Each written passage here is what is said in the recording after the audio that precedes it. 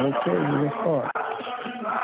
All right, from the discussion that Mal gave in this piece, explaining contradiction and how contradiction works in the analysis of phenomenon that we would like to change or we aspire to change, whether we're talking about natural conditions, social conditions, etc.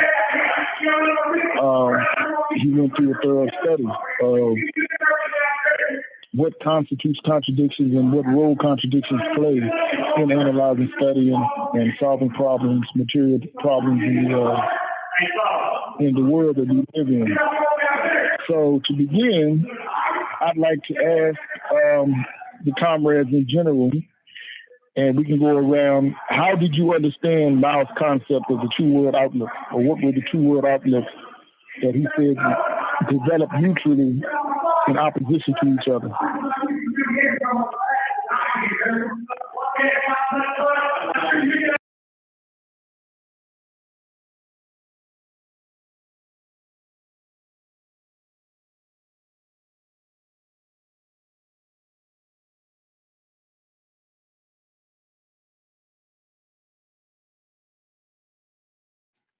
Anybody want to go?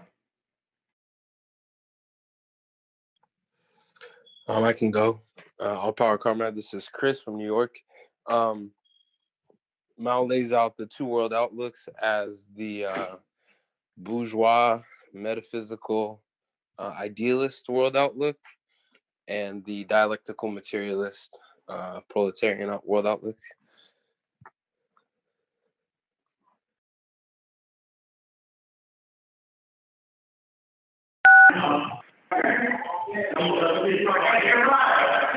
Okay, that's exactly right. And can you give an explanation of what the metaphysical world outlook, how it's conceived and how it perceived the world, and where this ideal, where this outlook came from?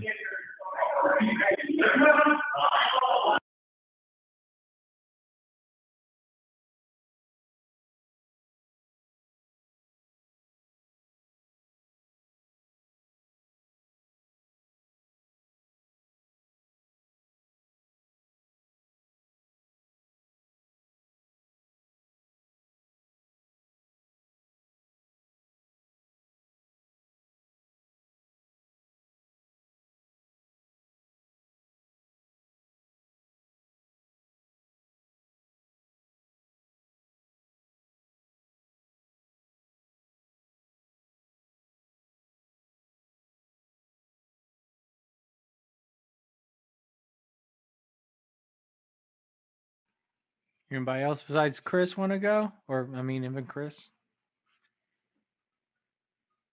Okay, sorry, I was waiting. So the metaphysical conception, like the metaphysical world outlook, is rooted in like religious thinking, idealist philosophy that's been tied to ruling class ideology since the ancient society, and the revolution in human thought and knowledge that came out of the Industrial Revolution, when the contradictions of capitalism really started to intensify and sharpen, led to the development of dialectical materialism, and it separated itself from mechanical materialism and vulgar evolutionism. And it came out of the rise of the proletariat during the Industrial Revolution.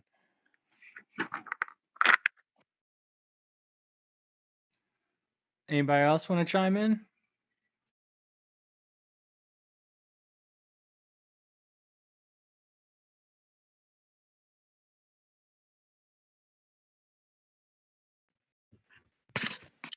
I did have a question about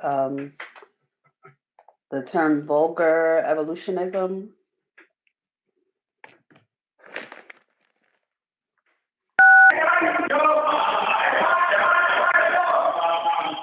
Hold on, I heard you say you had a question about, and then you broke up a little bit and you stated what you said after that. Like, what exactly does that mean? Was it a synonym for dialectics, or does it have a whole other meaning?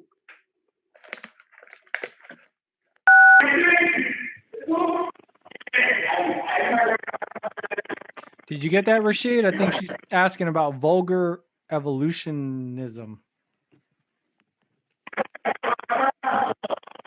It's like a definition for that.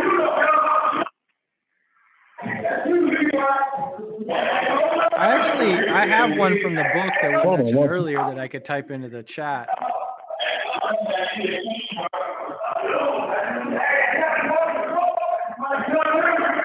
Will, what did she ask?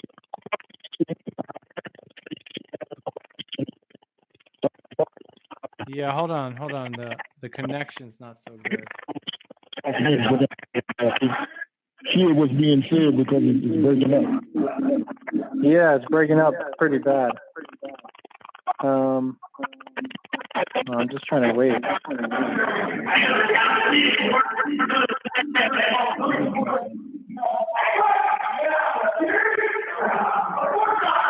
She said she was asking about the term vulgar evolutionism.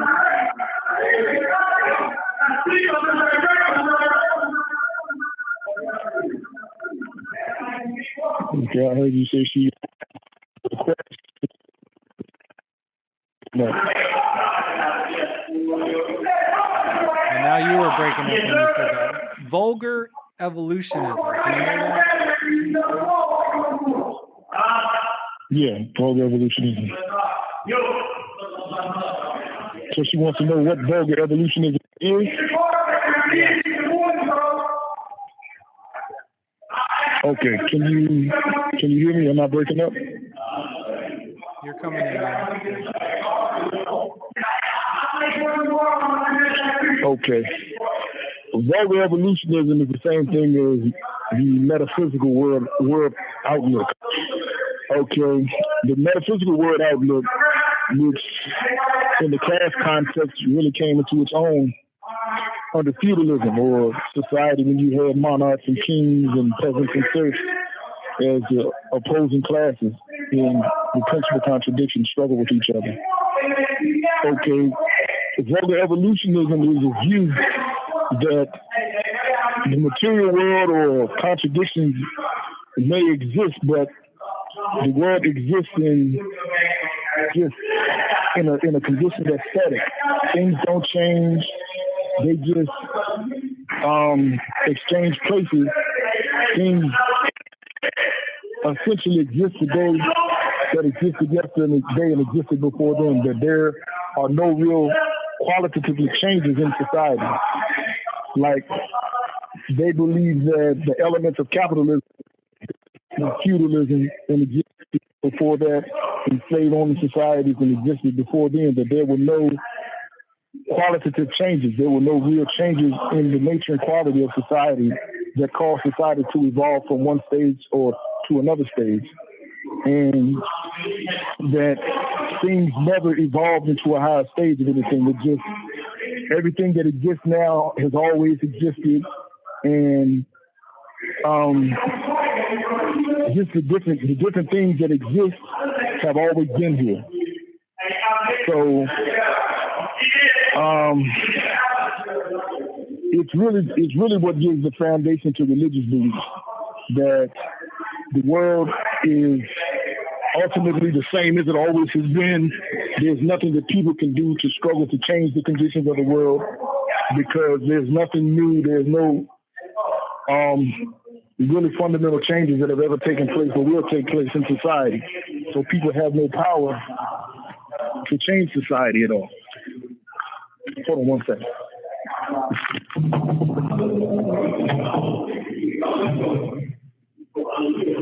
I just want to add, if you look in the chat, I put the same definition kind of came out from the study companion as well, as lines up with what Rashid was saying.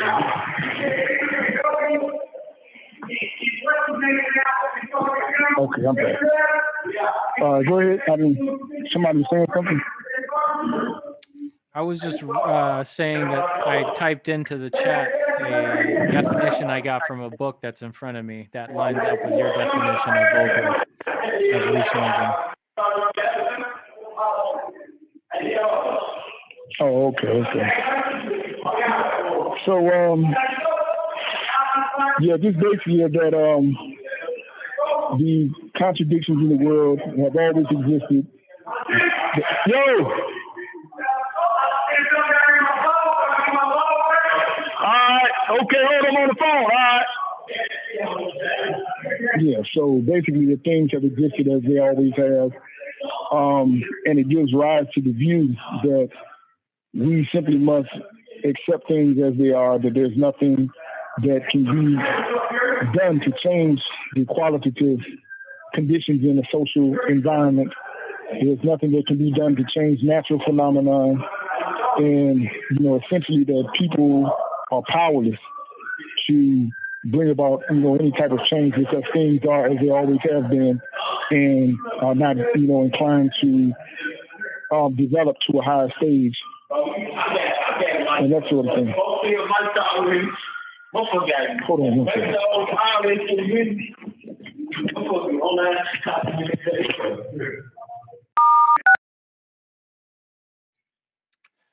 After hearing Rashid speak and maybe reading the definition I put, does that make sense a little bit more?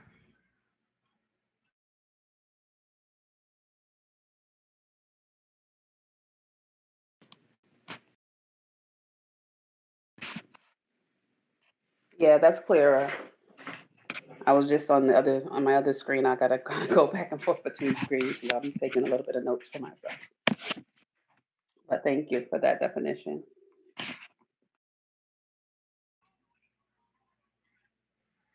Hold on. So is this? Hold on. Oh, okay. Go ahead, Ignacio. My bad.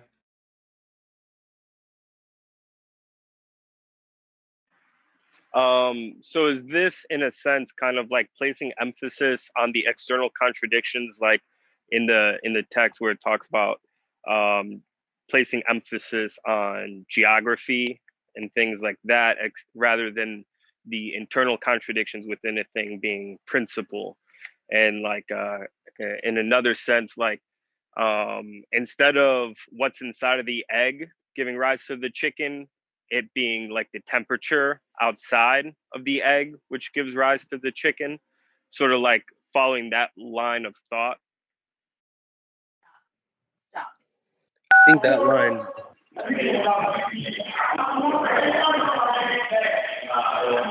Yeah, that very much explains, how the vulgar evolutionist outlook considers external things to be principle, or external conditions to be principle to the development or evolution of conditions, as opposed to the dialectical materialist or the dialectical outlook, which is that the internal conditions are what determine, material changes in a thing and qualitative change. As you gave the example of the chicken, the egg, and the temperature is the external conditions with which the egg interacts, but the internal contradictions within the egg itself is what gives rise to the changes from the egg to a chicken, etc.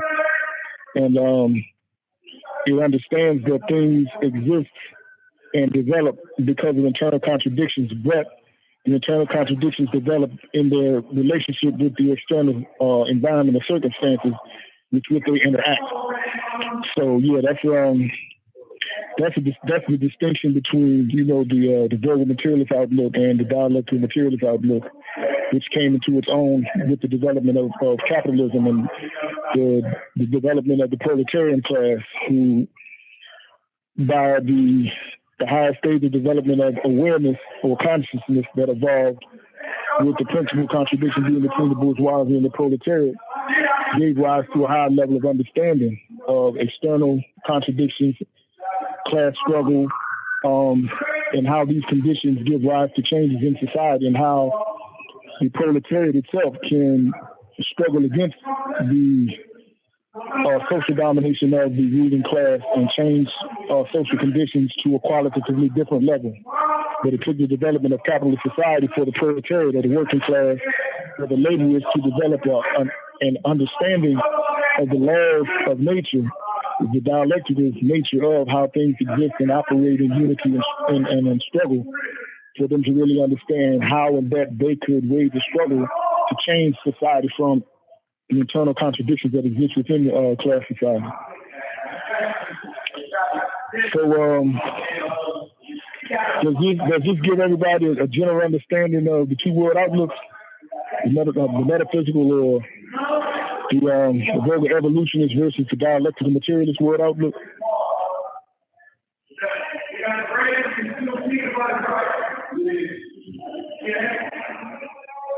You have 1 minute remaining.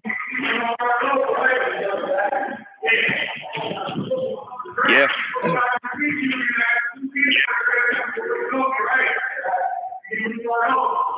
Okay. So now, how do you all understand the concept of the universality of contradiction?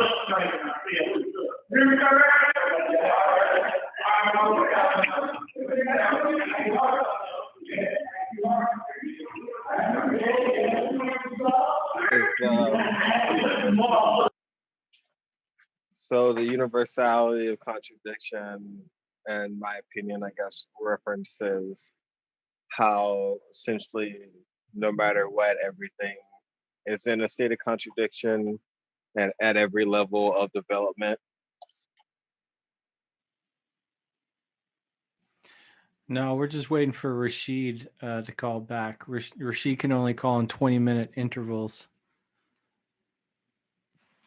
Word. But maybe you're a little crazy at the same time, so. Yeah, it's taking him a while to call back. I don't know what's going on.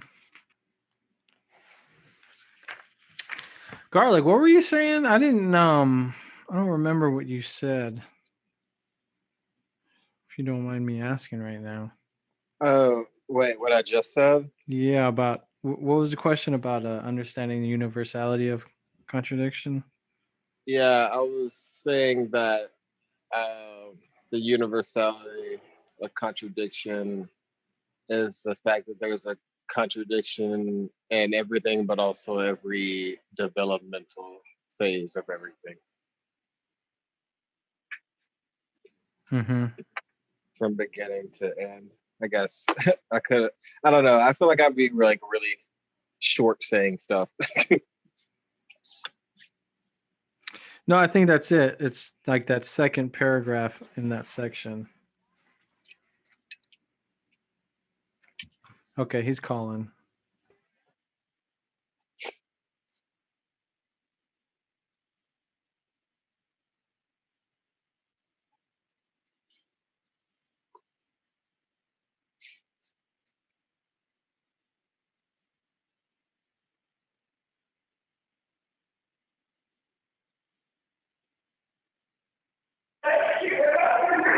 All right, you're back. Okay, so yeah, that's exactly right. But the universality of contradiction means that contradiction is absolute. It exists in everything, and there are two meanings. There are twofold meanings to the universality of contradiction. And one is that, as said, contradiction exists in all things. And the other is that the process or contradictions exist in the process of things developing from beginning to end. Like the entire evolution of a thing from its beginning until it goes out of existence, contradiction exists at all stages of its existence. So if you take anything like life and death, light and dark, heat and cold, up and down, inside, outside, everything that exists in a unity of contradiction. There's contradictions that permeate every level of existence, and if you understand the contradictions that exist throughout nature, the world, the universe, you will have a foundation for understanding the nature of things that exist, because you understand that which gives rise to motion, development, change, etc., is the interaction of contradictions in a thing and the contradictoriness of everything that exists. So really the concept is pretty simple. It's just that everything that exists as a unity of contradiction. There are mutually exclusive forces that give rise to everything. So does that give everybody a simple but clear understanding of what the universality of contradiction is?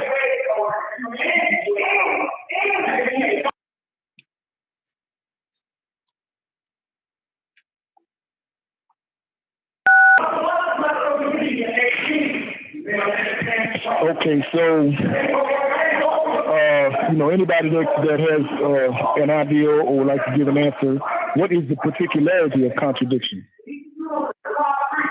as opposed to the universality of contradiction?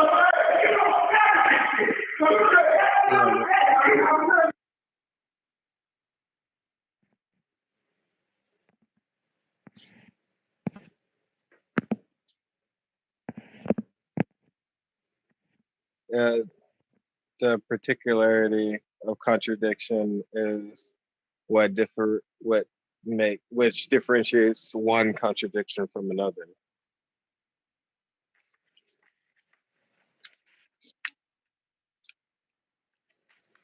Anybody else want to chime in before I unmute?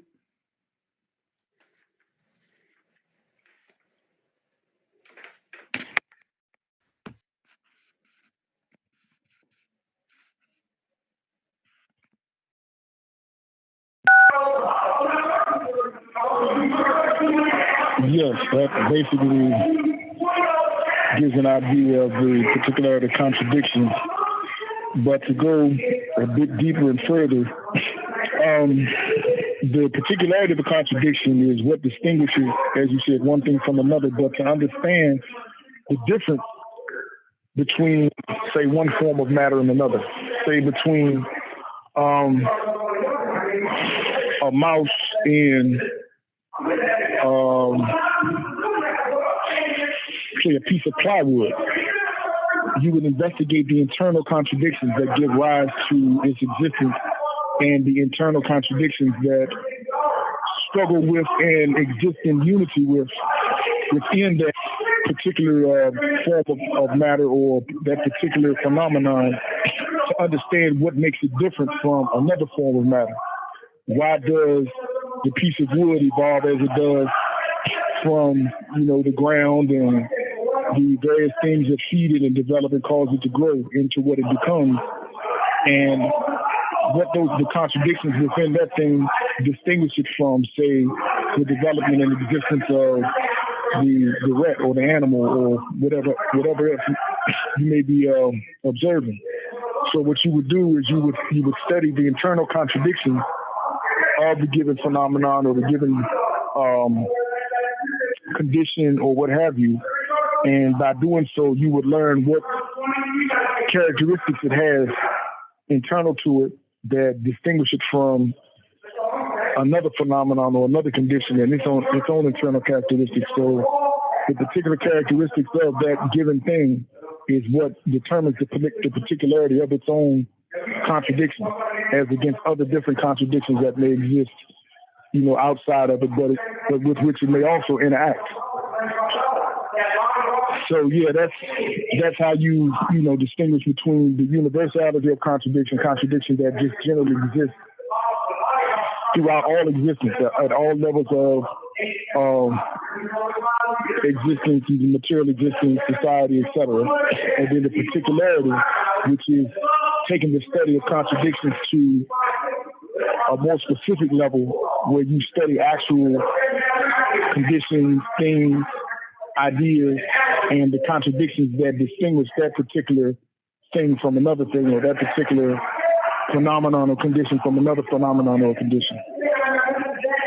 So does that give everybody a general understanding of what the universality of contradiction is versus the particularity of a contradiction and how those two are distinguished from each other?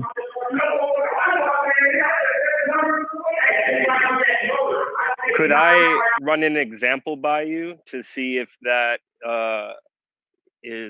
exemplifies the discussion? Yeah, go ahead. I was going to do that anyways, but yeah, go ahead. Okay, no, you go ahead. No. You started. Damn. All right. Well, I was gonna say like, so is this kind of like the universality of contradiction, is kind of, and the particularity of contradiction is kind of like when the Soviet Union was trying to dictate to Mao what he needed to do in the Chinese Revolution by arbitrarily applying the thesis of like a universal contradiction, which was correct, but without investigation into the particularities that were pertinent to China specifically. And when Mao rebelled against this mechanical analysis and constituted his own program and whatnot, and not to be reductionist and say Mao did everything, but the Chinese, and would that be kind of like an example of how they devoted a lot of study into the particularity of the Chinese contradictions, as opposed to becoming mechanical and more idealist and just focusing on the universality of contradictions?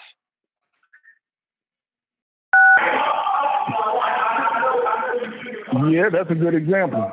But you would to give it, I guess, a clearer illustration of people's minds how they would distinguish the universality of contradiction as the Soviet Union may have interpreted it versus the particularity of the Chinese as applying it to specifically Chinese society.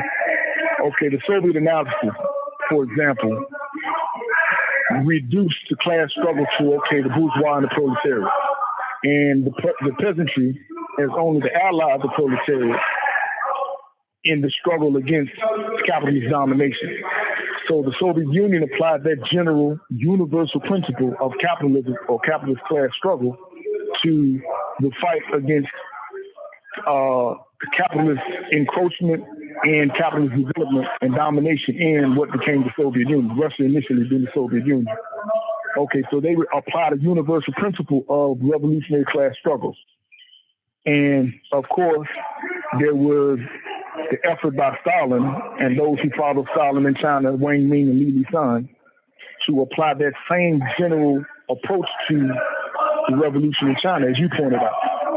And Mao said, okay, well, in China, we don't have a large proletariat. We are predominantly a peasant society. We are a semi-feudal, semi-colonial society. So the largest class or the largest laboring class in China is the peasantry. And the cities are small. The development of the proletariat is small relative to the larger, the larger society that is China. So if we're going to engage in a struggle that sweeps the entire country, we're going to have to mobilize the peasantry to become the main force of revolution as opposed to the proletariat. So as you pointed out, Mao made an adjustment in the general class struggle or class line that was generally applied, from the Marxist perspective of the Soviet Union. And he looked at the particular conditions of China, which there was not a large proletariat in China. There wasn't a large national bourgeoisie in China. So he had to work with the conditions that they had and devise a strategy that related to the actual specifics of China, the contradictions in Chinese society, to develop the strategy for the revolutionary struggle there, which was to mobilize the peasantry and define the ways of organizing the peasantry so that they would become proletarianized and class conscious and able to wrap their minds around a struggle for national liberation under the political line of the proletariat or revolutionary proletariat. So yes, that's a very good example of how you distinguish the particularity of a contradiction in a specific place from a general contradiction, but also the distinction between the particularity of contradictions that existed in the Soviet Union and that were relative to the struggle in the Soviet Union versus the particularity of the contradictions that existed in China, and how focusing on and using the specific contradictions in each of those societies determined what was the most effective way to organize your revolutionary struggle there. And the same thing that we have to do in the conditions we're struggling under. We have to take the particular conditions that we're struggling. We can't just imitate what they did in Russia. We can't just imitate what they did in China. we have to take and study the actual class relations in the society we live in, the contradictions within those class relations, and the oppressive system as it exists now, and in the conditions of the society that we're fighting against. And we have to develop and mold our revolutionary strategy around the specific contradiction or the particular contradiction that exists here.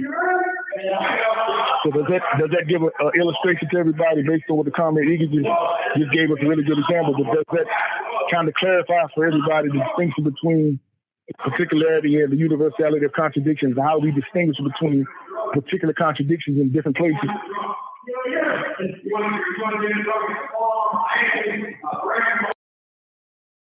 Yeah, I just want to encourage if folks don't know, yeah, let's continue asking questions until we're clear on this.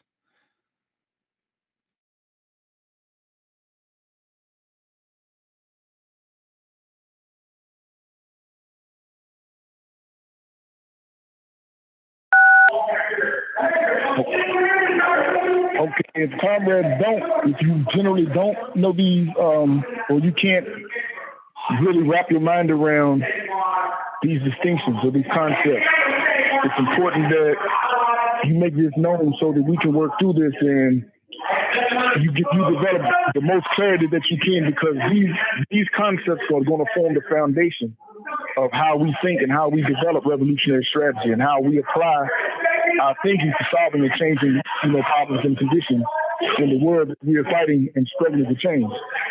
So if comrades don't understand these concepts and these principles, speak up and let me know, and we'll build and try to see if we can flesh out a clearer understanding and work you through these concepts so that you can, get a deeper grasp of them.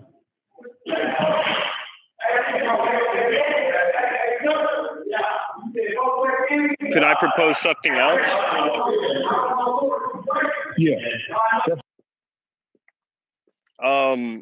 Would it be correct to say that the particularity of the contradictions that exist within the reactionary intercommunalist core here call for a higher degree of unity with the lumpen proletariat and the proletariat, which is something qualitatively different than had been experienced in feudal and semi-feudal revolutions in the past, like in Russia and China? So would that be a correct statement? And if so, what are some of the particularities or consequences of that, in particular when forming strategy, revolutionary strategy here, which is definitive from these other processes which have taken place throughout history?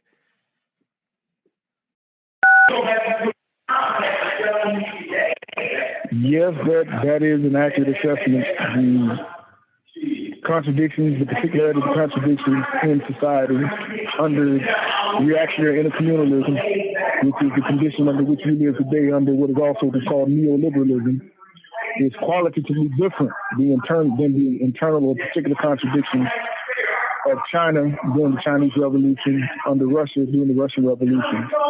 And the implications of that is, as you pointed out, the need for a higher level and a different sort of class unity or class alliance between the proletariat and the lumpen and the permanently unemployed proletariat and the marginalized, as opposed to China, where the major alliance was between the peasantry and the emerging proletariat, and the contradiction in Russia between the proletariat as the predominant class and the remnants of, or the rural elements of the peasantry, which both were pretty large and developed classes in Russia. So in existing society under reactionary intercommunalism, because of the advances in technology, automation, there's been a large exclusion of what were established workers or secure workers from productive employment or from secure employment, so that now masses of people have been pushed out of employment. They can't find gainful employment or secure employment, and it's not the typical army of unemployed workers that Marx, analyzed as people who were systematically pushed out of employment and served as a pool of labor from which the bourgeoisie could continuously draw on and drive down the cost of labor or the value of labor. This is an era in which there's a permanently unemployed sector, and a huge one, where people have just been pushed totally out of employment and can't find work, or can only find very minuscule and isolated opportunities in small pockets of employment. And the vast majority are unemployable and have become lumpen because of their pursuit of material gain or survival through hustling and preying on other members of their own class and other layers of society, exploitation, competition, etc. is generally being predatory. So the conditions that exist now under revolutionary and communalism, under existing conditions, is one where we have to proletarianize this layer of society because of their vast numbers and because of their inherently reactionary nature. And therefore, they're being easy to appeal to and manipulate by the bourgeoisie to become agents of reaction to help to advance the interests and the objectives of the bourgeoisie, including serving as shock troops against the revolutionary element and the proletariat.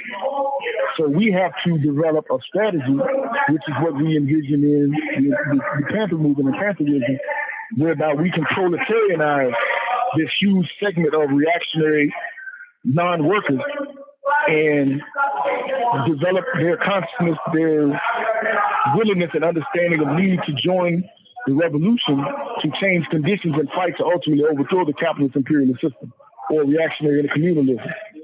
So yes, that's a very accurate analysis of the difference in the particulars of the societies under which other revolutions have been waged and the society in which we are now waging a struggle to try to change its social conditions in a revolutionary way, and the role of the class. You have 1 minute remaining. The necessary class alliances that we must make in today's society versus in the societies in other places and other times when revolutions were fought and struggled for.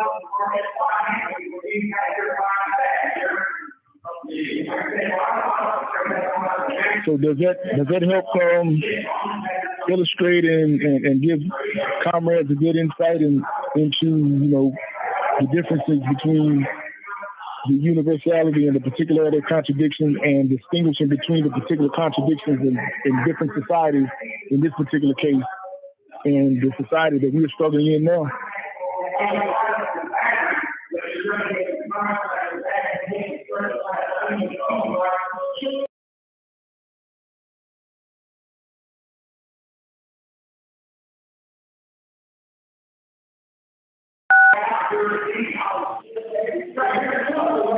Okay, I'll take the silence here. Thank you for using GTL.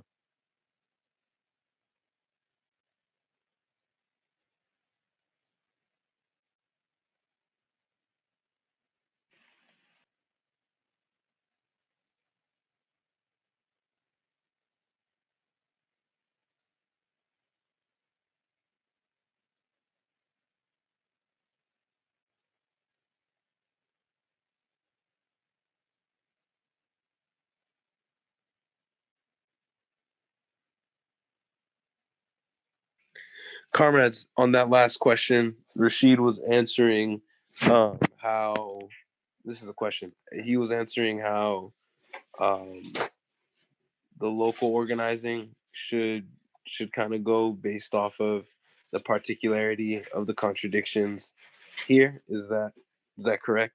Or did I misunderstand?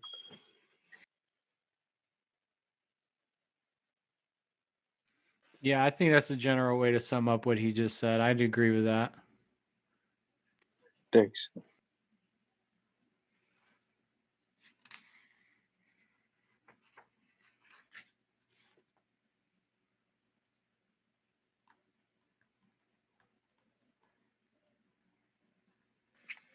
Would you agree with if we were to say, like, in much similar ways that Mao worked to revolutionize and proletarianize the peasantry in China during their semi-feudal revolution, under our reactionary intercommunalist struggle, we should also revolutionize and proletarianize the lumpen proletariat in similar but distinctive ways.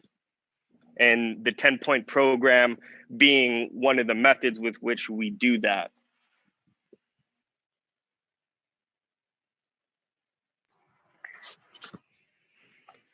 My question there would be, like, in the situation of the agrarian wars and the peasants in China, they had the issue of land, and that was kind of like the material basis of, you know, their revolutions. And I wonder, like, what would act in the same way here? Would there need to be something that acted in the same way here to mobilize the proletariat or the lumpen proletariat?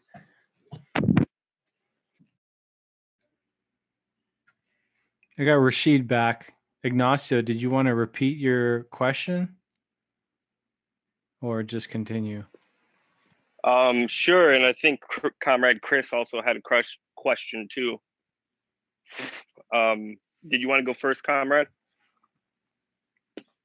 No, Comrade. My question kind of just follows up on your question, so I can follow up after. Oh, okay. So repeating the question, in the similarity between what Mao and the Chinese communists did to revolutionize and proletarianize the peasantry in their semi-feudal revolution, today in our revolutionary into communalist revolution, we should revolutionize and proletarianize the lumpen proletariat, and the 10-point program kind of being with one of the ways principally that we do that. And then Comrade Chris added on to that.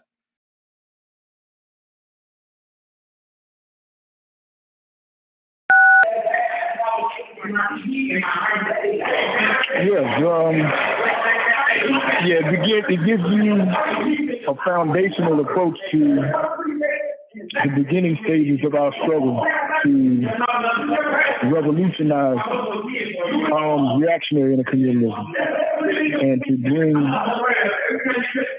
the struggle or the consciousness of the need for change to a generally non-revolutionary class. The oppression, the sufferings that they are subjected to, that we can easily wrap their minds around needing to change, and then incorporate into the revolutionary proletarian line, which is struggle for, the class struggle, which is the struggle of the proletariat against the bourgeoisie. So the 10-point program operates to give by the beginnings of a class consciousness program that will give them the sense of the need and the understanding of the struggle against the oppressive class, and organize them around programs that we can develop in them the incentives of cooperation,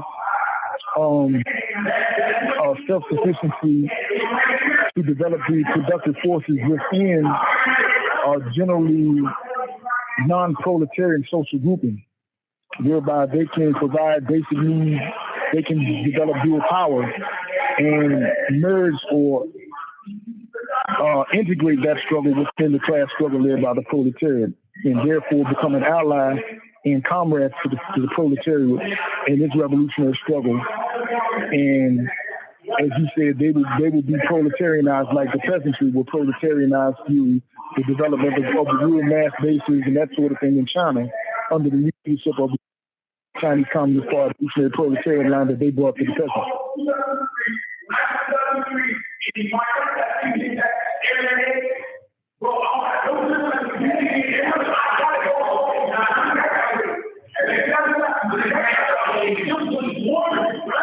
Chris, did you want to chime in, or should we just continue?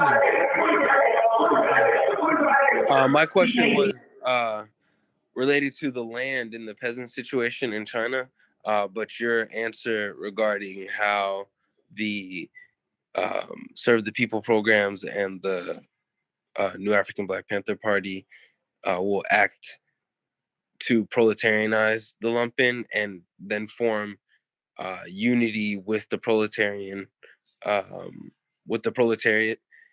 based off of that kind of answers that question.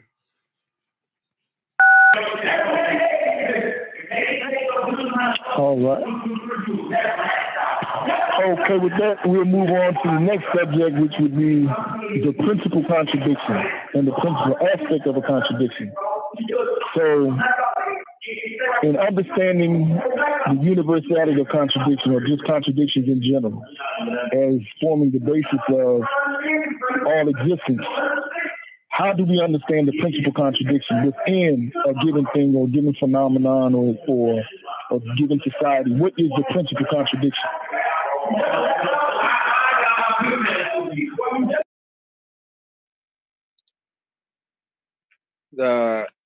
The principal contradiction would be like the main aspect of the current situation. Like right now, the principal contradiction would be the class antagonism between the proletariat and the bourgeoisie,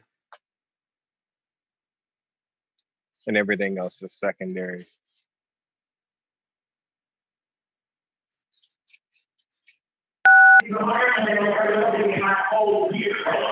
Okay.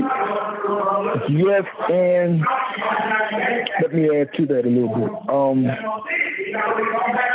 The principal contradiction, which is, as you gave in capitalism, or the principal contradiction is anything is the two contradictory forces that form the very core of the thing's existence.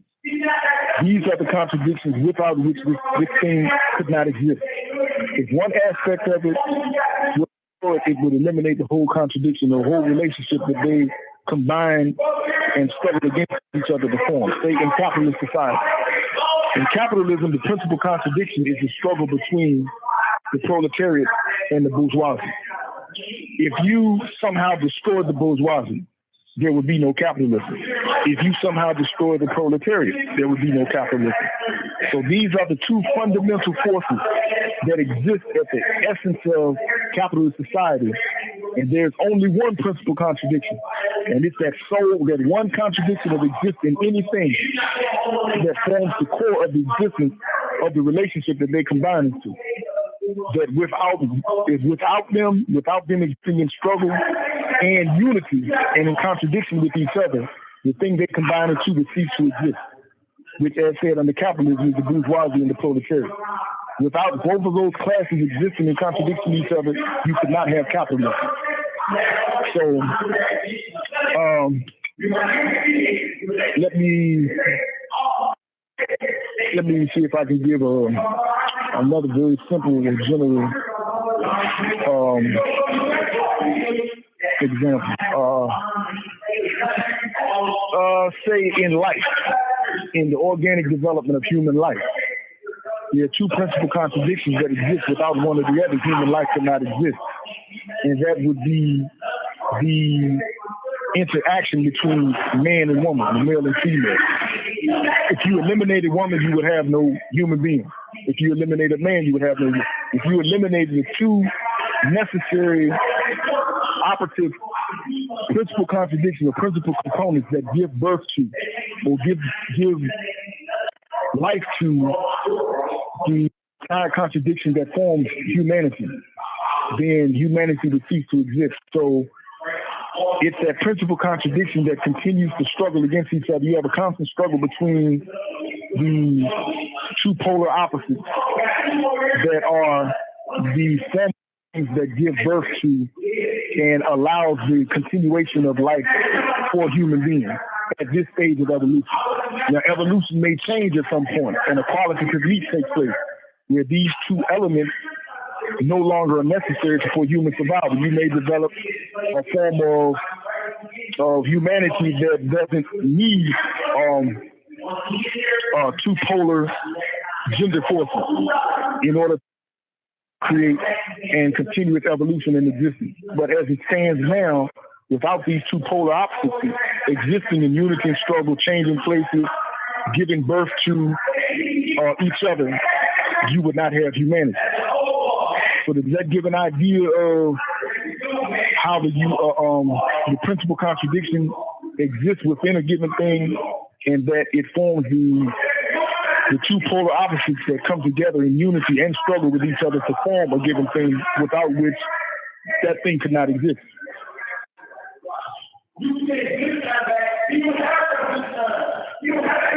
Yeah, that makes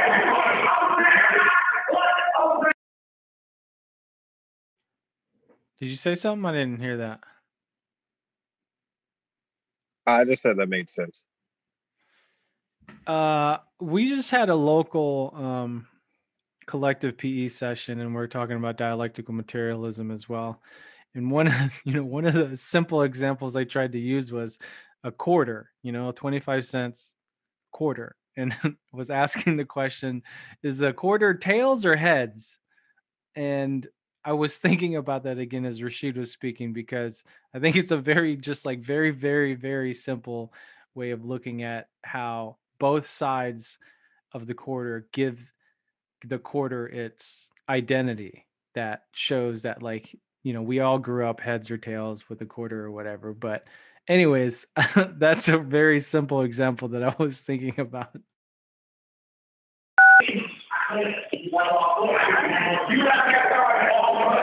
Okay, there's the identity that we infuse into the quarter, yeah. But if that was that was a universal, hold on, excuse me. If that was something that were a convergence of opposites, then you would have to show how those two opposites exist in competition with each other, how they form the essence of what constitutes that thing, and how they exist in struggle as well as unity with each other to form the identity or the existence of that thing. Not to disagree with the example, but you would have to further and say, okay, it's heads and tails, what gives the quarter its very existence. And if you eliminate the facial side of the coin or the back side of the coin, would that eliminate the coin as a coin or as a quarter? You follow me? Oh yeah. No. So when we discussed this, that's kind of what we got into, and I was just bringing that up as a example, not to go deep into it, but no, I agree, and that's So the question was what gives it the quarter its identity, right? And what happens if you do remove one side or the other or both sides?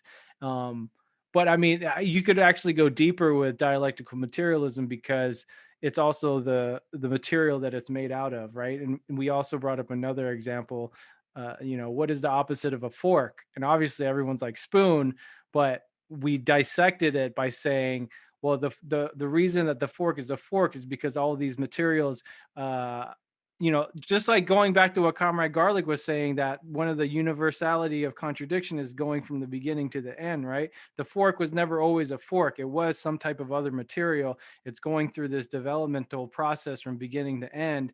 And if the fork were to deteriorate, it would suddenly make a qualitative leap to where it is no longer a fork. It is something completely different, right? And I feel like we could use that as that's another kind of going outside of this section of the principal contradiction. But yeah. Yeah. All right. So, given these concepts of what forms the principal contradiction within a given thing or phenomenon, what then is the principal aspect of a contradiction?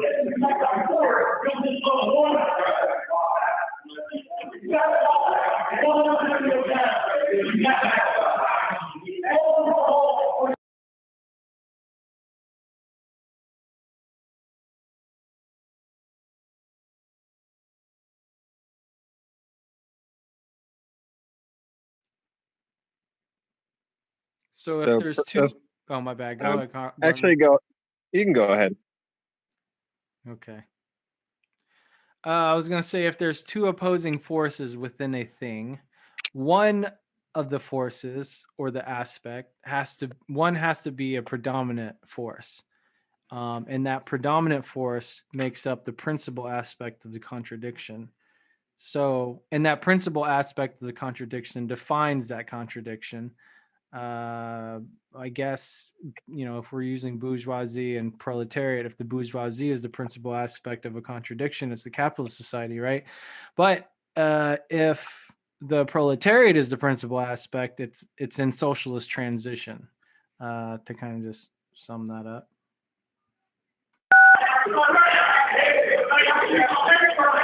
Exactly right, and that's a perfect example. Yeah. Okay, so does everybody understand that the principal aspect of the contradiction is simply understanding the principal contradiction and which aspect of the principal contradiction, which of those two polar forces that are in struggle with each other, in unity with each other, is in a dominant position. So by saying that bourgeoisie controls society, controls the military, the cultural institutions, the political institutions, the historical narrative of society, etc., then the bourgeoisie dominates society, which, as the comrade said, is capitalism. But when the proletariat has gained a dominant position, and the proletarian class has military control of the political institutions, cultural institutions, the historical expression and analysis of society, etc., then the proletariat is in the dominant position and therefore is the principal aspect of the contradiction.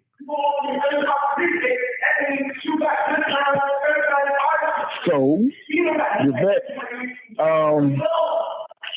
what then is the identity and the struggle of these aspects of a contradiction? Could you repeat that? Okay, what is the identity or the unity and the struggle of the two principal aspects of a contradiction?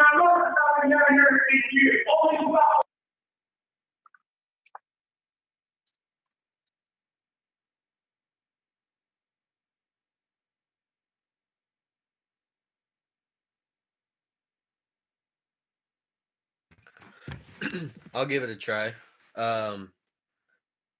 So the identity and struggle of the aspects of a contradiction could be understood as that the existence of these two aspects or two forces are of a bigger whole, and then also that both of these aspects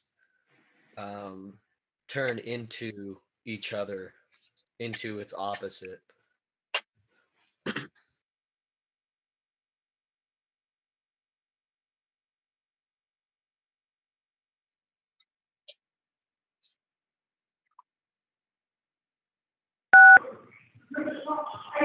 Okay. Yes, that's the identity or the unity. And then you also have the struggle. But with the example that we gave of capitalism and the proletariat,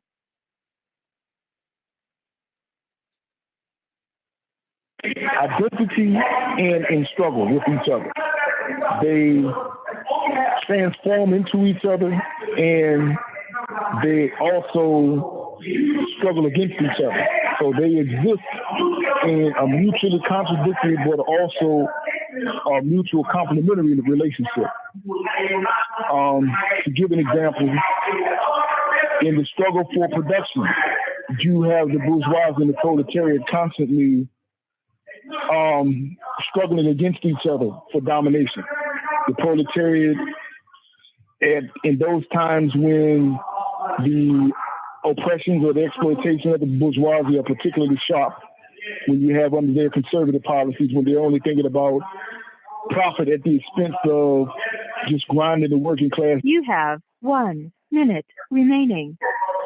To extract as much value from their labor as possible, then the proletariat will fight back. They will struggle against that. And they will rise up. They will become conscious of the need to wage a struggle to change their conditions, to gain reforms, to raise wages, to develop better work conditions, that sort of thing. This is the beginning stages of the struggle of the proletariat against the bourgeoisie. But they also mutually exchange positions and power in their struggle, where the proletariat can become the dominant class in some stages, and the bourgeoisie will transform into the position of taking the dominant position, which is what you had during the revolution. Then, say in China and the Soviet Union, the proletariat gained state power and was able to repress the bourgeoisie and became the dominant force. So they switched positions. They transformed from the dominant ruling class. Thank you for using GTL.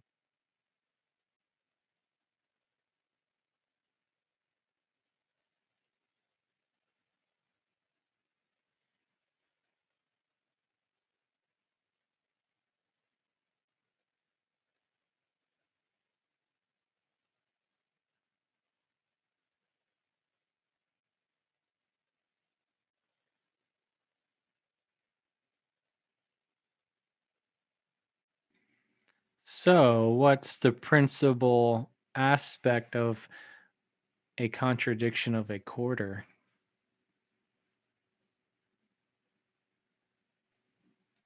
The principal aspect of the contradiction of a quarter. Yep. I don't know, dude. Would it be like the middle of the quarter? Its shape.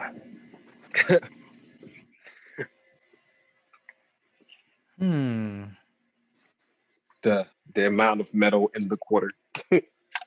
Ooh. Good one.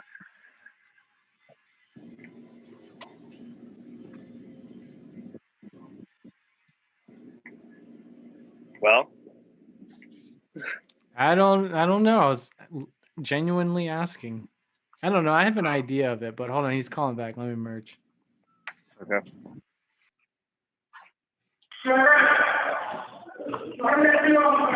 All right, Rashid, you're back. Okay.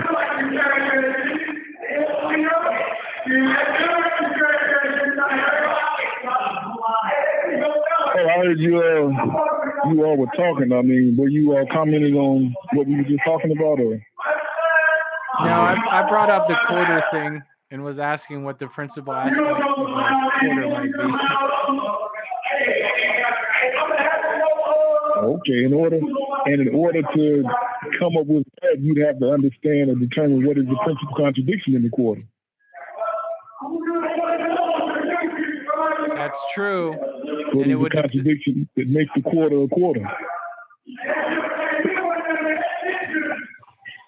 Would that be like the value of the quarter put onto it, but also like the value of the metals used in the quarter? Would that be the contradiction of the quarter?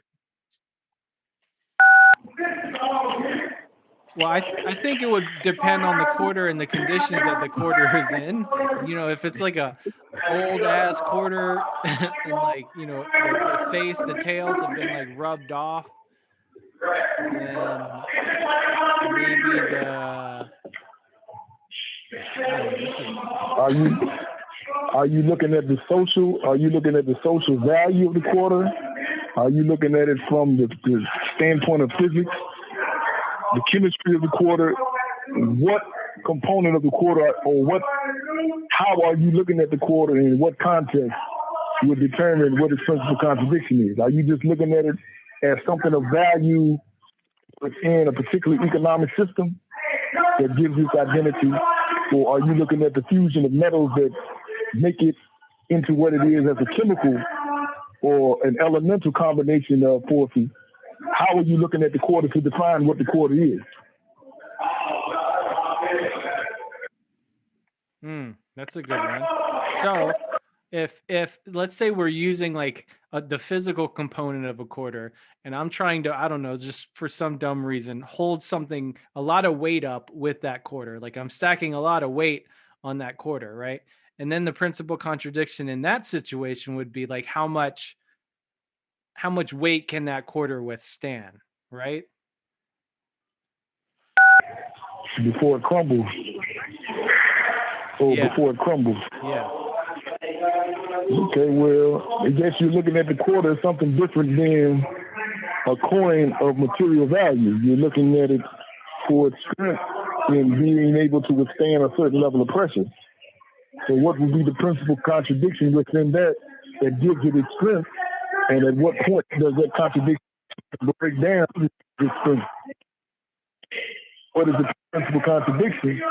And at what stage is what aspect of that contradiction primary or principal, or the principal aspect, and which one is the non-principal aspect? Well, I think that goes into a point that I don't think we've covered yet, is that principal contradictions can change according to different conditions, right? Yeah, exactly. And again, it depends on what usage or what context in which you're looking at that quarter. So I'm thinking if you're looking at it as a quarter by definition is a coin that has a particular value as far as wealth is concerned. That if you're looking at it as something other than a quarter per se, then you're looking at it as a metal, say a metal for its value as the strength, the alloy, how it can be used for different, I guess, metallurgical uses. Like you said, holding something up, or as an alloy in a particular machine or something like that.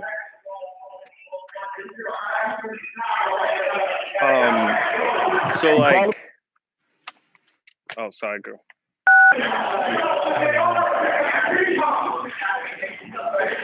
No, Ignacio, just go ahead. You, Let's just have Ignacio speak up real quick. I was gonna say, like, wouldn't be attributing the essence of a quarter to its value, from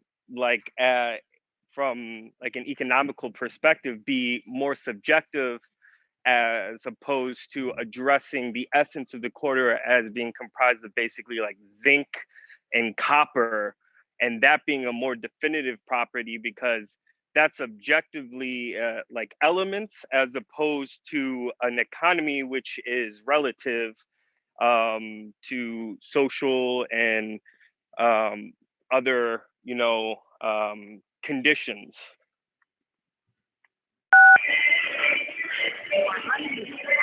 Exactly. And that was the point I was making. Are you looking at it from the objective standpoint, which is the chemical basis of it, which is when you go into analyzing the elements that go into its composition, nickel, ferrous or iron, copper, or whatever goes into it as an alloy? Or are you looking at it for its social value that is imposed on it within a monetary system, which is, as you said, subjective, is relative, and it can change given how it's perceived and treated within the monetary system. But its objective characteristics are its metallurgical properties, which is where you will come to what the principal contradiction is, which are what are the principal components that make this metal what it is, that without which it would qualitatively change or it could be destroyed.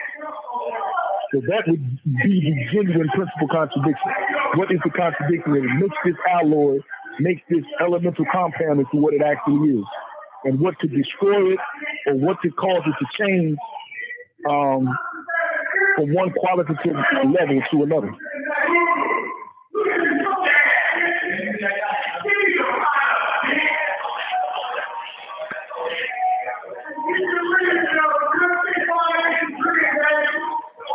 I just want to say I really appreciate this exercise because it helps think about it in a dialectical way.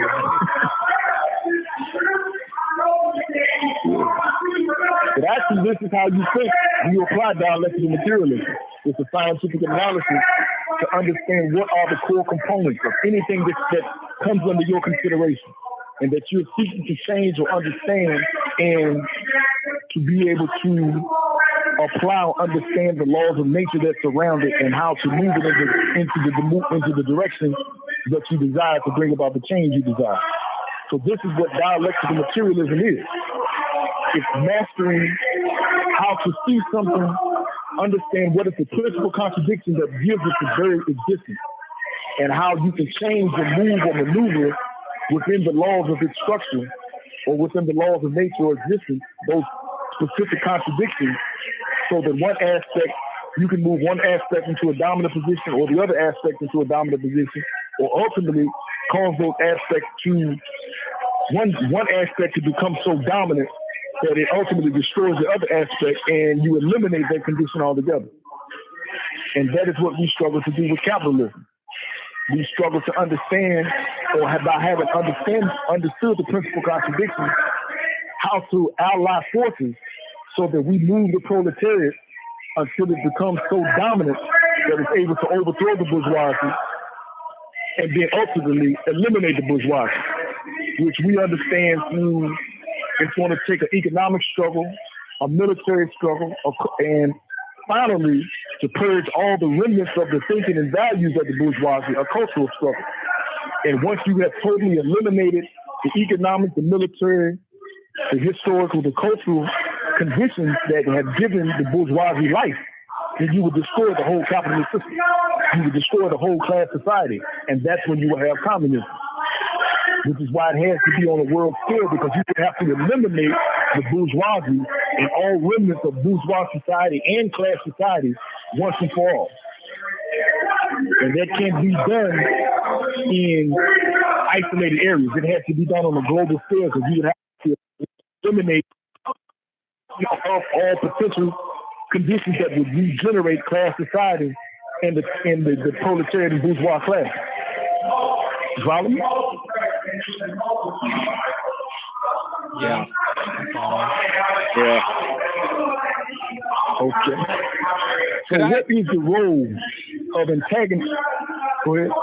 Could I ask a question concerning the idea of a principal contradiction?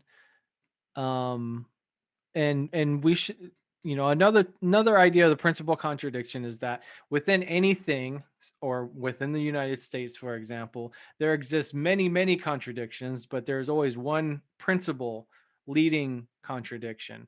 And one of the things that Mao writes about is that all of the secondary or non-principal contradictions cannot be resolved until the principal contradiction is resolved. That's correct, right? Before I move on.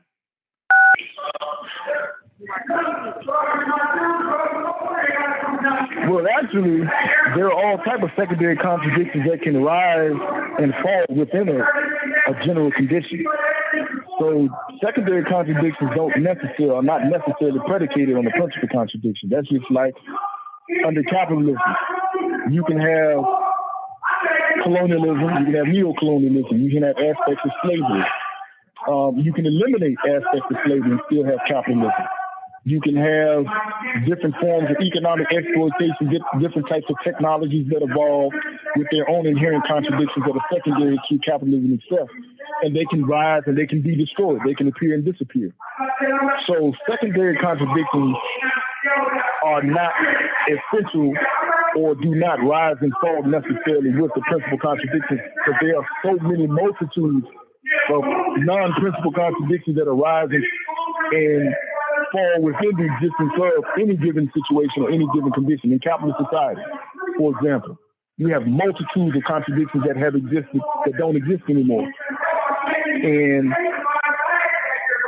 they exist by nature of the capitalist class conditions, but their existence was not dependent upon, per se, the principal contradiction. They could exist and they could also be destroyed in the process of struggling pro or con within the capitalist system.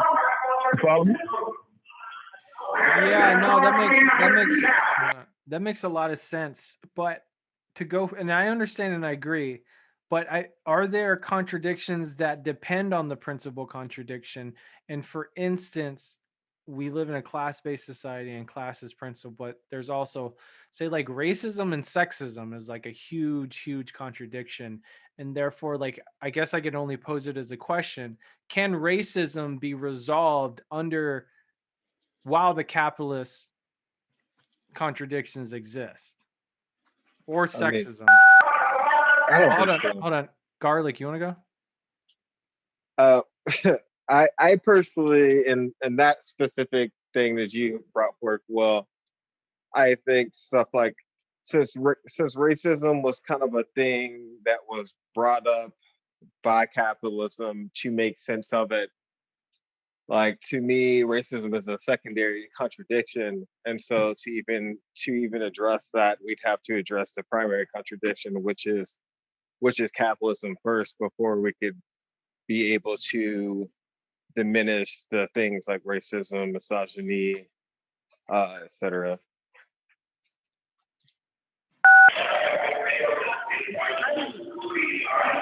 Okay, I think racism, sexism, those types of contradictions are so fundamental a component of the principal class contradiction and bolstering the power and domination of the bourgeoisie as a principal aspect of a contradiction, of the principal contradiction, that no, they cannot be total so long as you still have class society.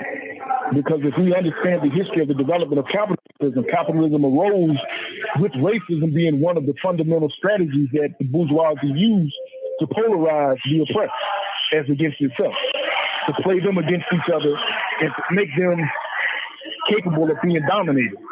If we go back to the old, say for example, we go back to old slave system and colonialism and the exploitation of or the development of the primitive mode or the primitive mode of production that gave rise to capitalism.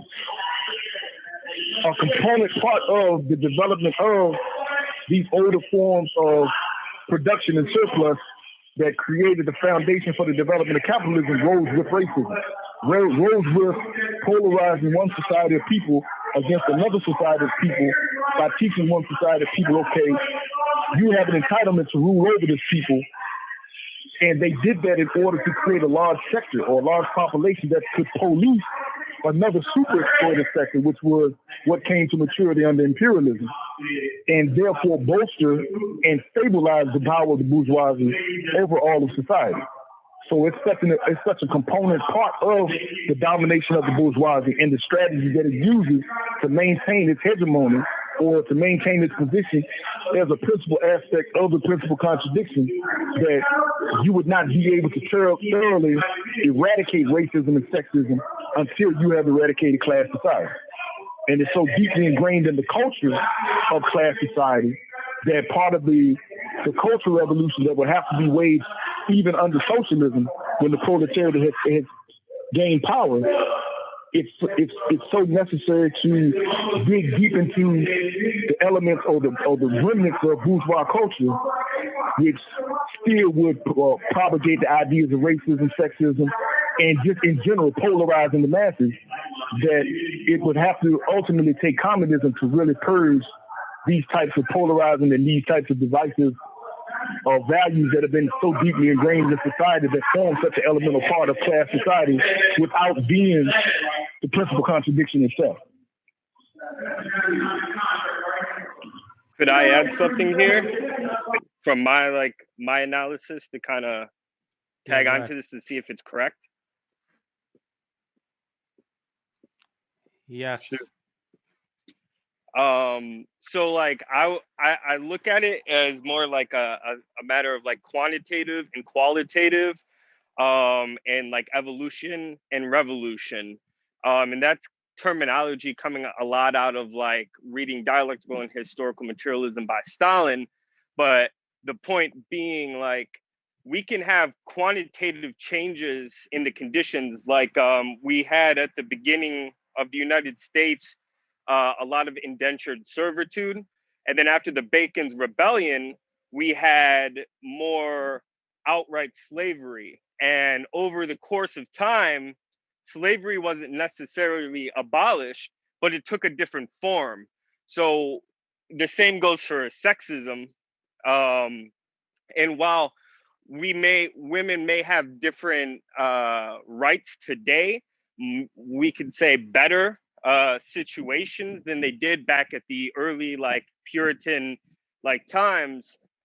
They're still fundamentally oppressed in an intersectional way, and they experience sexism.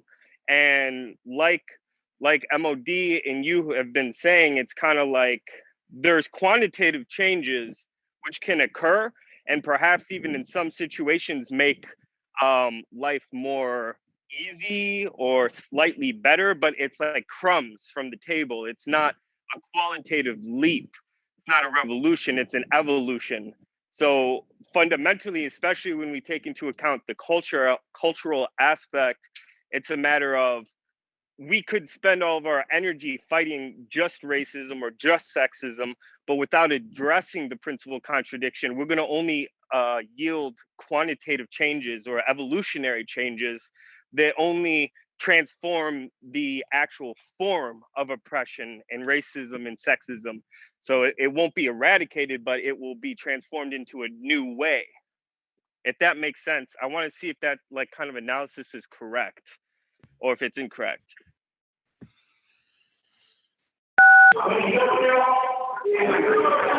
Yeah, hold on 1 second. The phone's here to hang up. Let me call right now. Thank you for using GTL. While we wait, I just want to do a time check. It's 8:30. We've been on for about an hour and a half. To respect people's time, do we need to end it now or very soon, or can we maybe go till 9 o'clock? What do y'all think? Or midnight?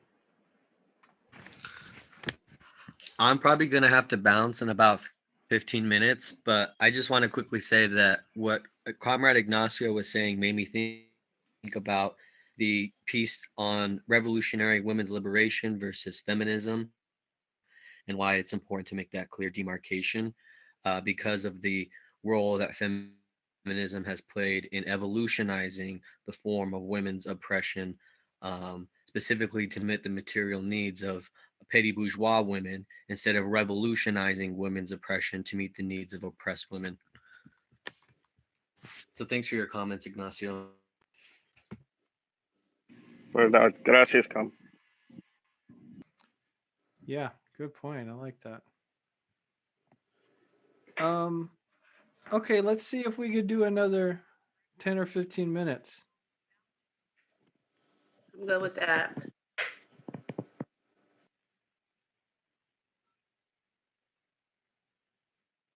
I'm about to merge. 1 second.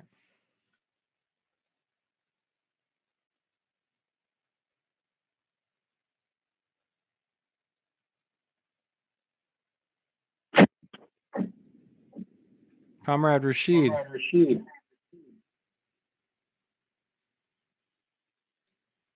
What the hell?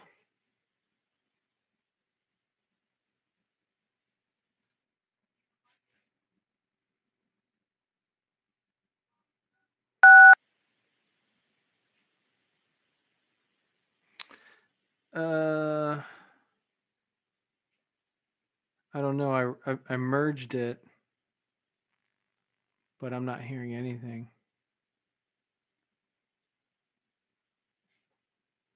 Oh, damn it. All right, he's calling in again.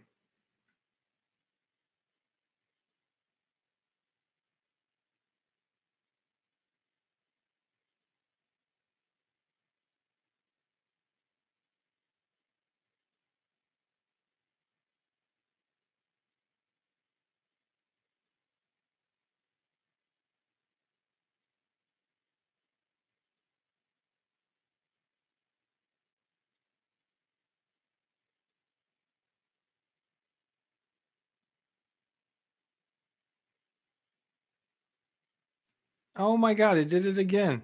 Hello?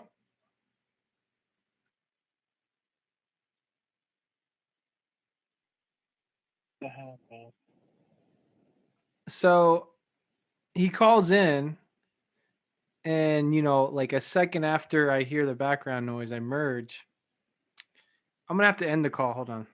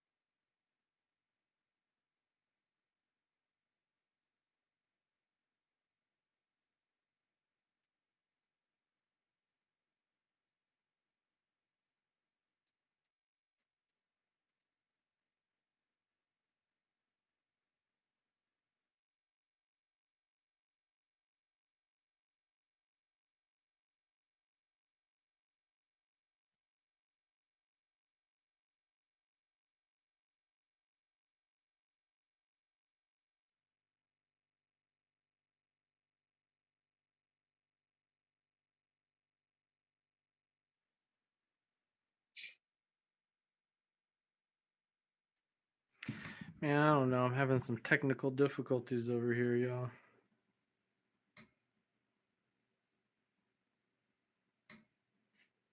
It won't let you merge anymore. All right, one more. He's calling again. One more time. Let's see. Hello, this is a prepaid call from.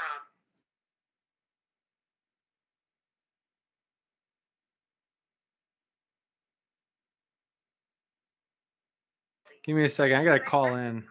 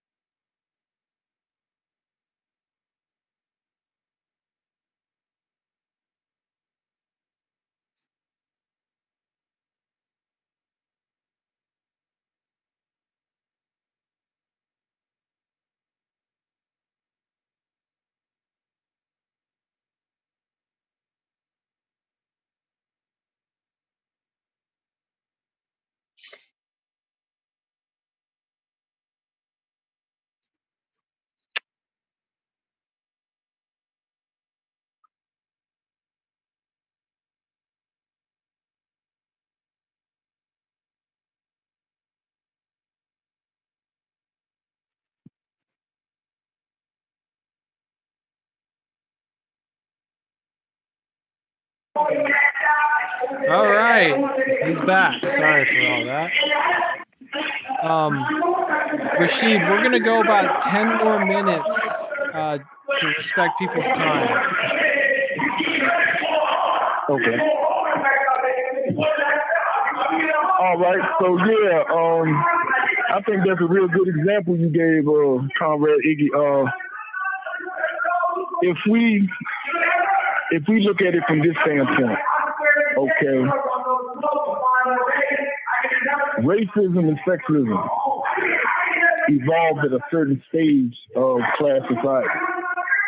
Let's take sexism, for example, and to show you why, without focusing on the principal contradiction, which is class struggle, the struggle against sexism would never succeed in liberating women from oppression. Okay, the oppression and exploitation of women began with a particular form of class society, which is slave owner society. So class society gave birth to the oppression of women. If we go back to the pre-class societies where you had primitive communalism, where women had sexual freedom and they were the matriarchs, They were the clan mothers around who their particular clans were organized. They could freely intermarry with whomever they chose. There was the clan organized around the mother based on relatives. There were the uncles, the aunts, the children, the brothers, etc. They formed a part of the matriarchal clan.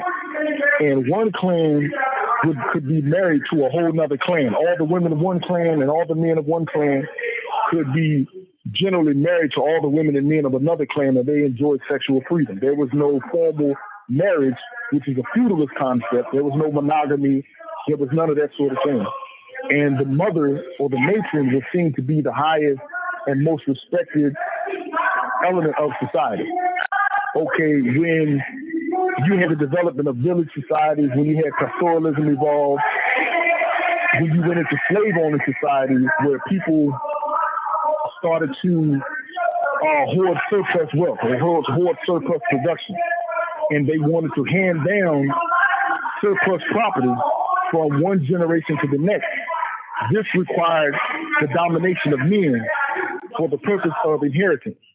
Because if you didn't know who your father was, then you could not inherit or you could not pass down wealth that was held in surplus by a dominant male member of society like a chief.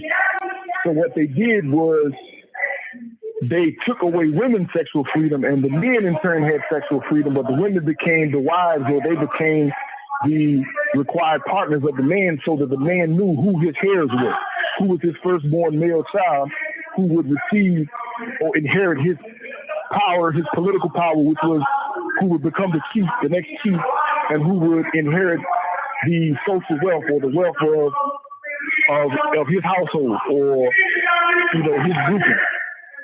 So this is why the role of women as the predominant social mover or the predominant leader in society was suppressed, and men came to dominate society. The whole thing was based on class and the inheritance of wealth or property. Property relations is what created the condition of oppressing women. So that when the male warrior, the male chief became the dominant force, they would raid other villages or raid other societies. They would kill the men, and they would capture the women and children as slaves. So this was another component of the domination and the oppression of women. Women became the sexual objects, the objects of oppression and exploitation and domination by the male or the dominant male members of society. And the men could take the captured women as slaves in different households. Of course, it was a different type of slavery. The women could ultimately marry into the household and become the mother or the wife of the male whose household they became a slave of. So it wasn't the type of slavery that we had under, the capitalist / feudalist / slave on the form of slavery that evolved here in the Western Hemisphere.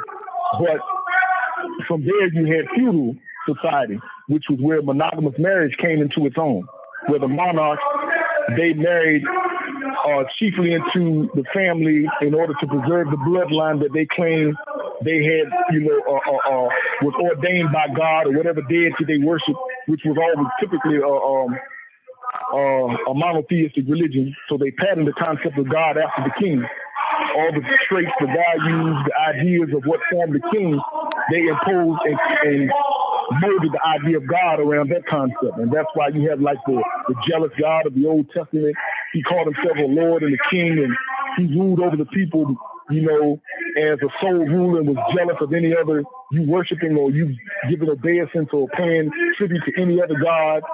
They basically made the whole concept of God as the concept of a king. So they made God in man's image as opposed to God making man in his own image. And the whole concept was a male authority figure who dominated everybody else and subordinated women. And as I said, feudalist marriage came into the equation in order to securely possess and control the wealth that was passed down from the monarch to his firstborn male child. And so he would know who his heir was and kept his bloodline so-called pure by the passage of the bloodline through the male, the next male child. And this is what inherited in the evolution of capitalism. But in each stage, women's resistance against the oppressive conditions of patriarchy or male domination, and males joining in the struggle against paternalism and patriarchy, gave women a higher stage of freedom, or technically freedom, in each stage of society as it evolved from feudalism to capitalism. Under capitalism, women gained more rights. There was more political freedom. There was more social freedom. And now, especially amongst the proletariat, there's more sexual freedom. There's more relational freedom. And the old forms of non-binary social categories and et cetera have come back into their own, or start to come back into their own, as they existed under the old communal society. Because as we know, if we study communal society, there were the people who were considered to be the most spiritual and the most highly evolved were typically non-binary people who were classified as hermaphrodite, or what they call dual souls, which identified as both male and female, having both feminine and masculine characteristics, and could move fluidly from what were considered to be, one gender trait to another. So these were considered to be the most highly evolved and the most respected elements in society. Many of them in the Native American communities, they were the shamans, etc. So as society has evolved from primitive communalism through slave-owning societies, through feudalism, through capitalism, you see the older forms of resistance to patriarchy and the development of more freedom for women come more into its own. And because class society was the nature and the foundation of women's oppression, and it always will exist as a component part of class society, we have to eliminate and we have to deal with the principal contradiction, which is the class contradiction. At this stage, the struggle between the proletariat and the bourgeoisie in order to truly eradicate women's oppression. And this is why feminism can never prove to be the answer, because feminists eliminate the whole principal contradiction. They don't understand the class basis of women's oppression. They just look at women's oppression as something that men do to women. And to resolve that, we must get rid of men, or we must gain an equal status of exploitation and domination to men, and we must ridicule or persecute men, as opposed to understanding that these conditions are caused by class oppression, and class oppression must be overthrown in order to really create the conditions for true emancipation of women. You follow me?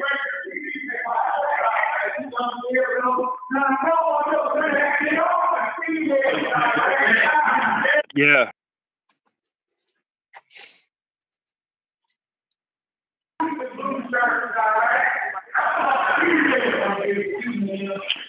Okay, well, with that, let me find the final question is, okay, what is the place of antagonism in contradiction?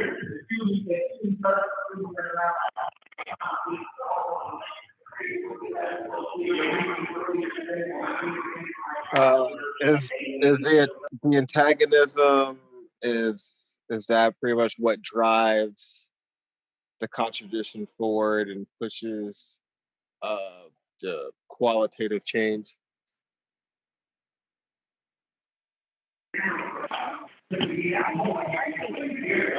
Exactly. Antagonism is the highest stage of contradiction. And it's essential that we understand that all contradictions are not antagonistic. That even like in class society, you have the bourgeoisie and the proletariat exist in contradiction, but not necessarily in antagonism. They do not necessarily wage back and forth physical battles with each other for domination. But the general trend of the relationship, the unity and struggle between the bourgeoisie and the proletariat is non-antagonistic. Although there is a struggle and it is a contradiction. And this is how things exist in general until they reach a stage where one force seeks to so powerfully repress the other that it becomes destructive or antagonistic, and it reaches a qualitatively higher stage, or it eliminates the contradiction altogether. So antagonism is the highest stage of contradiction, and in many cases, the ultimate stage of contradiction is where the contradiction will qualitatively transform into something new, something different, or to a higher stage of contradiction.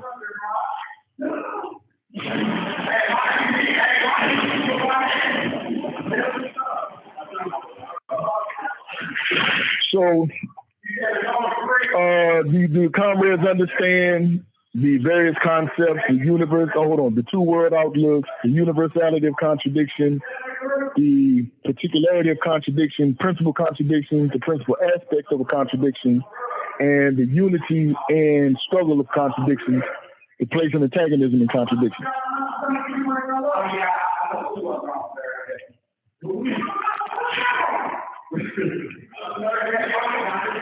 Yeah, I believe so. Yes.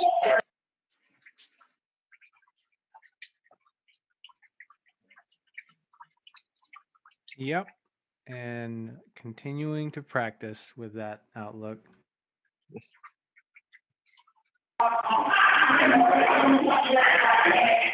Definitely. And like Marx explained, and we understand as now, is the role of philosophy or philosophers is not just to analyze the world and understand the world, but to change it. And this is what dialectical materialism empowers us to do. So dialectical materialism isn't like other philosophies. We just learn it and then store it in our heads and just use it, when it's convenient or we want to sound high-minded or complicated or mysterious.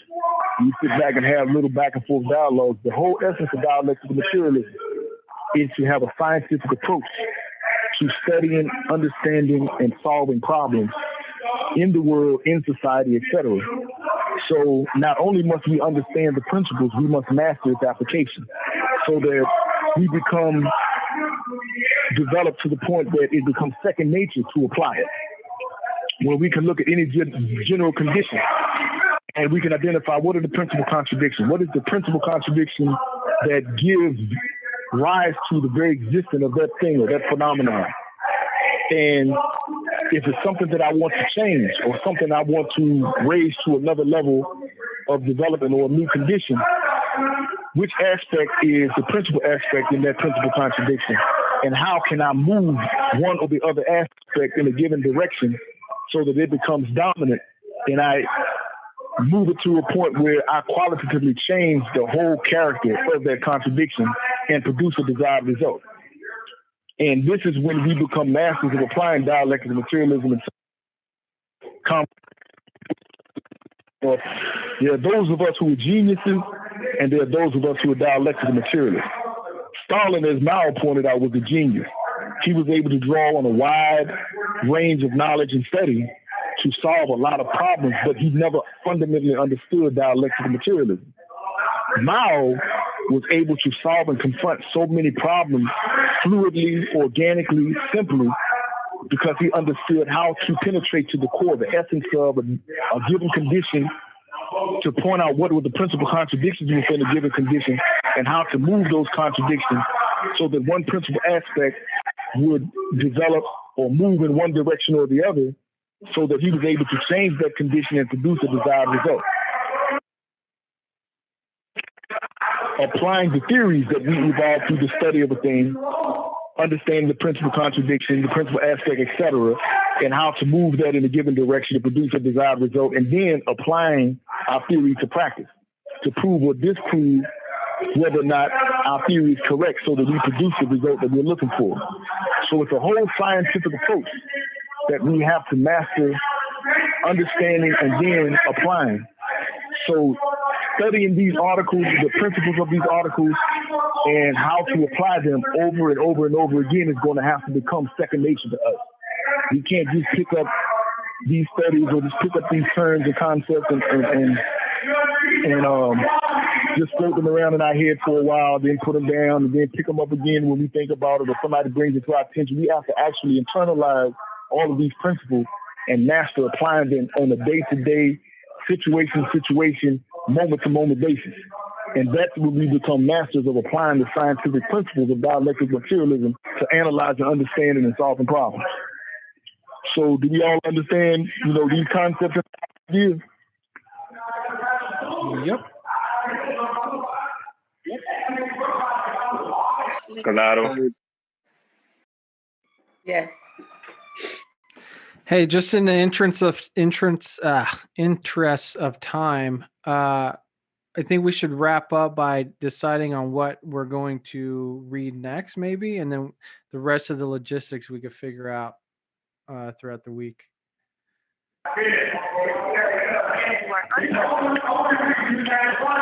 All righty. In the interest of time, I think dialectical materialism forms the foundation of any revolutionary study and any revolutionary practice.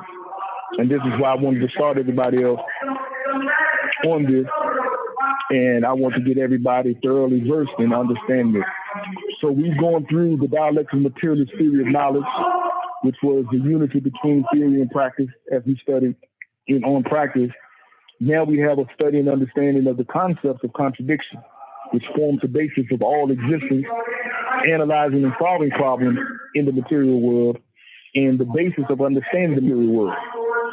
So the next thing I want to do is I want to study a piece that will give us an overall understanding of the concept of dialectical materialism, its evolution, how it came into being the theory of the proletariat, and how it forms the foundation of the philosophy of the revolutionary proletariat and those of us who aspire to bring about revolutionary change in the world. So the next piece I'd like to study is a piece that I wrote. It's in Panther Vision, and I hope all of you have access to it. If not, it's on my website, which is Historical and Dialectical Materialism, the Science of Revolution. So I would like, us to, as the next piece for our study in political education. If anybody doesn't have... You have 1 minute remaining. The link to it, the URL to it, if you don't have Panther Vision, and we will work on that for our next study group. All right. I think everybody has that. Sounds good. All right. Well, I guess that wraps it up for tonight. Anybody have any comments or questions or anything? We're all good. All power to the people.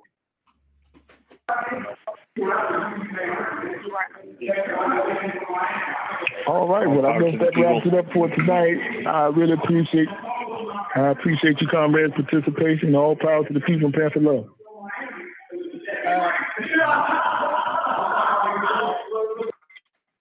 All power, y'all. Y'all have a good night. And